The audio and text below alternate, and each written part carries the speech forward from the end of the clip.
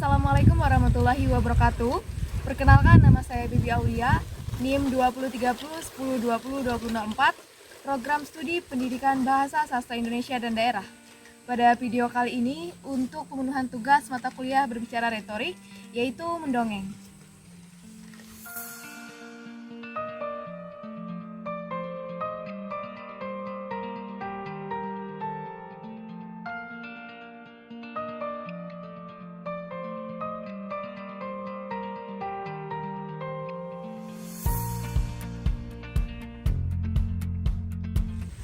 Batu menangis. Pada zaman dahulu kala, hiduplah seorang ibu dan anak perempuannya yang bernama Darmi. Ayah Darmi sudah meninggal sejak Darmi masih kecil. Dahulu mereka hidup berkecukupan. Namun setelah ayah Darmi meninggal, ibu Darmi harus bekerja keras di ladang demi hidup mereka. Karena setiap hari bekerja di ladang, kulit ibu Darmi jadi kian gelap. Berat tubuhnya pun juga menyusut. Semua dilakukan demi Darmi, putri satu-satunya. Namun, apa yang dilakukan Darmi kepada ibunya? Dia tidak mau membantu ibunya. Kerjanya setiap hari hanya berdandan. Dia juga enggan keluar rumah karena takut kulitnya jadi gelap seperti ibunya.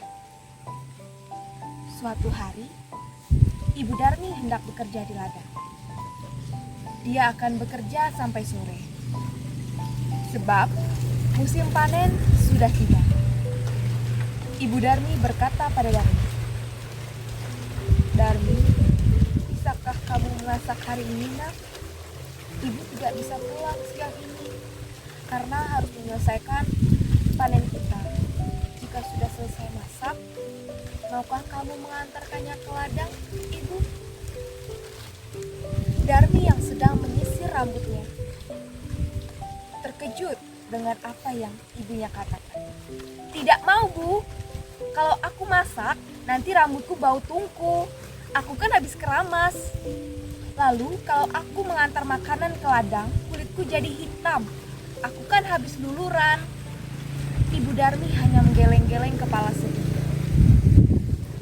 Di ladang, Ibu Darmi bekerja dengan keras. Dia mengumpulkan hasil panen. Besok, dia akan menjualnya ke pasar. Dia tidak memperdulikan perutnya yang lapar. Saat lelah, dia beristirahat sambil meminum air kendi yang ia bawa. Dia berdoa dalam hatinya, "Ya Tuhan, tolonglah kami. Ubahlah anakku. Lepaskan dia dari sifat malasnya." Setelah pulang dari ladang, Ibu Darmi pulang ke rumah. Betapa terkejutnya. Di sana tak ada makanan yang bisa dimakan. Darmi sama sekali tidak memasak. Darmi yang melihat ibunya pulang malah marah-marah.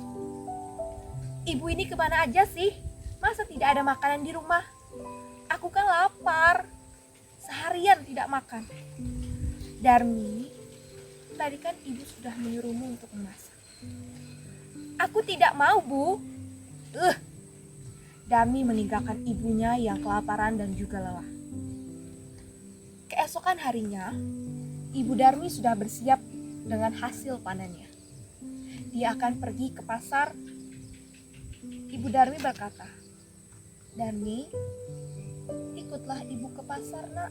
Ibu membutuhkanmu untuk membawa hasil ladang kita." "Gak mau, Bu. Nanti kulitku kotor. Apalagi pasar kan becek. Aduh, aku gak bisa membayangkan kulitku yang bersih ikutan kotor." Akhirnya, ibunya ke pasar sendiri dengan membawa hasil ladang itu. Sorenya, Ibu Darmi membawa uang hasil panen. Tidak terlalu banyak, hanya cukup untuk membeli benih dan makan beberapa hari. Darmi yang melihat ibunya menghitung uang, segera mendekati ibunya. "Bu, bedaku habis. Tolong belikan dong, Bu." "Ya, besok ibu belikan. Tapi kamu harus ikut ibu supaya ibu tidak salah beli. Akhirnya Darmi terpaksa ikut ibunya ke pasar. Tapi Darmi berbisik kepada ibunya, "Bu, nanti kita jalannya jangan berdampingan. Ibu di belakangku saja." "Kenapa, Darmi?" "Pokoknya ibu jalan di belakangku." Darmi sebenarnya malu berjalan bersama ibunya yang berkulit gelap dan wajah yang tak terawat. Tiba-tiba di tengah jalan ada seorang teman Darmi yang menghampirinya dan bertanya, "Hai Darmi, mau kemana?" "Aku mau ke pasar." Teman Darmi yang melihat ibu Darmi dengan pandangan bertanya, "Dia siapa, Darmi? Ibumu ya?" Darmi yang tak ingin temannya tahu bahwa itu ibunya, lalu berkata, "Oh, dia pembantuku. Tentu saja bukan ibuku." Ih, amit-amit deh. Betapa sedihnya saat ibu Darmi mendengarnya, namun hanya ditahan dalam hati. Mereka melanjutkan perjalanan demi ke pasar bersama ibunya. Di sepanjang jalan, Darmi bertemu dengan temannya lagi. "Darmi, mau kemana kamu?" "Aku mau ke pasar." "Ngomong-ngomong, siapa yang ada di belakangmu? Apa dia ibumu?" "Bukan, dia bukan ibuku, dia pembantuku." Sungguh hati ibu Darmi semakin sedih. Begitu tega anaknya mengakui dirinya sebagai pembantu. Namun sekuat tenaga dia berusaha menahannya. Sampailah Darmi dan ibunya di pintu pasar. Saat mereka akan memasuki pasar, lagi-lagi Darmi bertemu dengan temannya yang lain. "Darmi, tumben kamu pergi ke pasar." "Siapa yang berjalan di belakangmu?" Itu pembantuku." Ibu Darmi tak kuasa menahan air matanya. Dia sudah tak tahan lagi. Maka dia pun berdoa dalam hati,